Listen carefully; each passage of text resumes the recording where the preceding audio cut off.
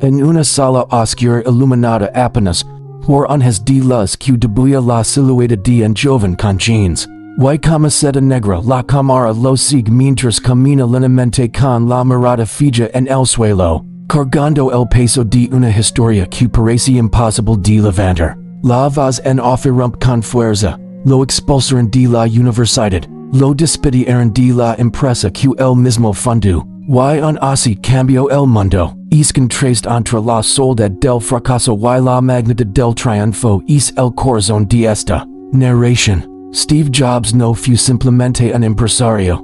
Fue la parodia vivente de un genio rechazado. Un soñador incomprendido que, en lugar de rendirse, convirtió cada queda en el combustible de su ascenso. Y aquí surge la pregunta que atraviesa al espectador como un desafío personal. Que harías, si te quitaran todo lo que construiste? La cámara se detiene en su rostro marcado por la incertidumbre. Y de pronto se abre un horizonte de imágenes. Las oficinas de Apple.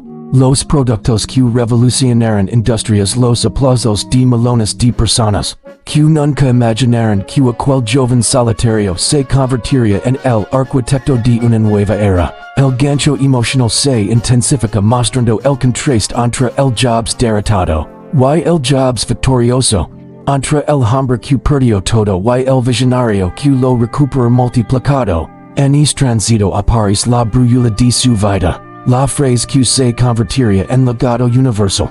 Stay hungry, stay foolish, montante hambriento, montante ingenuo, una invitación a nunca conformarse, a seguir aprendiendo, a atreverse lo imposible. Este video no es solo la historia de Apple, ni de un hombre que desafía las reglas, es la historia de cómo transformar la queda en triunfo, de cómo la vulnerabilidad puede ser el inicio de la grandeza y de cómo esa filosofía puede aplicarse a cualquier vida, en cualquier rincón del mundo. Porque al final, todos enfrentamos derrotas, todos cargamos con perdidos, pero lo que define nuestro destino no es la queda, sino la decisión de levantarnos con más hambre y más audacia que nunca. En la década de los 70, Silicon Valley era un terreno fértil para los soñadores, un laboratorio improvisado donde jóvenes con ideas revolucionarias buscaban transformar el mundo desde garages y talleres caseros.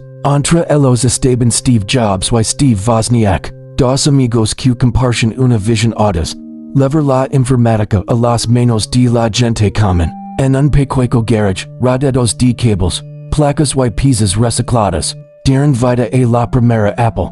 Una máquina que no solo era funcional, sino también accesible y atractiva. Ese inicio humilde se convirtió en el punto de partida de una empresa destinada a desafiar gigantes, y a redefinir industrias enteras. Con el Apple II y más tarde el Macintosh, Jobs demostró que la innovación no era cuestión de tamaño ni de recursos, sino de visión y determinación. Sin embargo, detrás de ese ascenso meteórico se escondía una personalidad compleja. Jobs era un visionario obsesivo perfeccionista hasta el extremo, capaz de inspirar a su equipo, con discursos apasionados, pero también de generar tensiones con su estilo exigente y muchas veces intransigente. Esa dualidad, la del genio creativo y el líder difícil, marcó los primeros ecos de Apple y sembró las semillas de futuros conflictos. A medida que la empresa crecía, también lo hacían las luchas internas y las disputas de poder.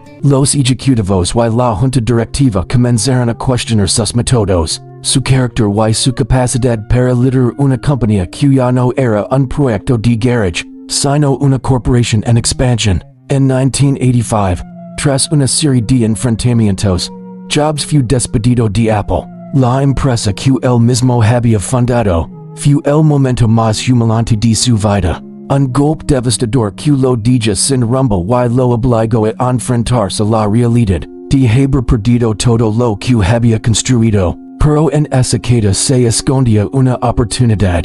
Jobs descubrió que perderlo todo no significaba el final, sino el inicio de una transformación personal y profesional. La voz en off resuena como una verdad universal. A veces, perderlo todo es la única forma de encontrar a ti mismo. Esa frase encapsula el espíritu de lo que estaba por venir. Por la historia de Jobs no se detuvo en su expulsión, sino que comenzó a escribir de nuevo, con más fuerza, más hambre y más audacia que nunca. Tras su salida de Apple en 1985, Steve Jobs se encontró en un exilio creativo que, doloroso, se convirtió en el terreno fértil para su reinvención. Fundó una compañía que, en términos comerciales, fue un fracaso, pero que sirvió como laboratorio de ideas adelantadas a su tiempo. Desarrolló sistemas operativos y hardware con un nivel de sofisticación que más tarde serían fundamentals para el renacimiento de Apple. En paralelo, Jobs adquirió Pixar, un estudio olvidado que parecía condenado a la irrelevancia.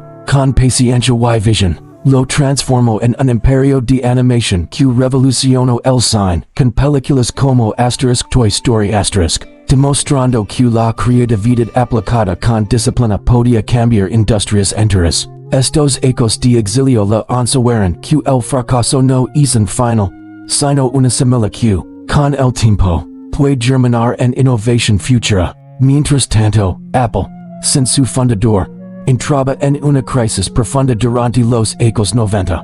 La compañía estaba al borde de la bancarrota, perdida entre productos confusos y sin dirección clara. En 1997, en una escena épica que parecía sacada de una película, Jobs regresó como el hijo pródigo para salvar la empresa que había creado. Su estrategia fue radical: simplificar la línea de productos, eliminar lo innecesario y apostar por el diseño y la experiencia del usuario como pilares fundamentals. Jobs entendía que la tecnología debía ser bella, intuitiva y cercana, no solo funcional. Es un foco dio lugar la reinvención de Apple. El iMac, con sus colores vibrantes y diseño accesible, devolvía la frescura y la confianza en la marca. El iPod puso mil canciones en tu bolsillo y cambió para siempre la manera en que consumimos música. El iPhone fue una revolución total, redefiniendo la comunicación y convirtiéndose en el centro de la vida digital moderna. El iPad expandía el ecosistema y consolidó la visión de Jobs, la tecnología como extensión del ser humano, no solo como herramienta. Cada producto era más que un dispositivo.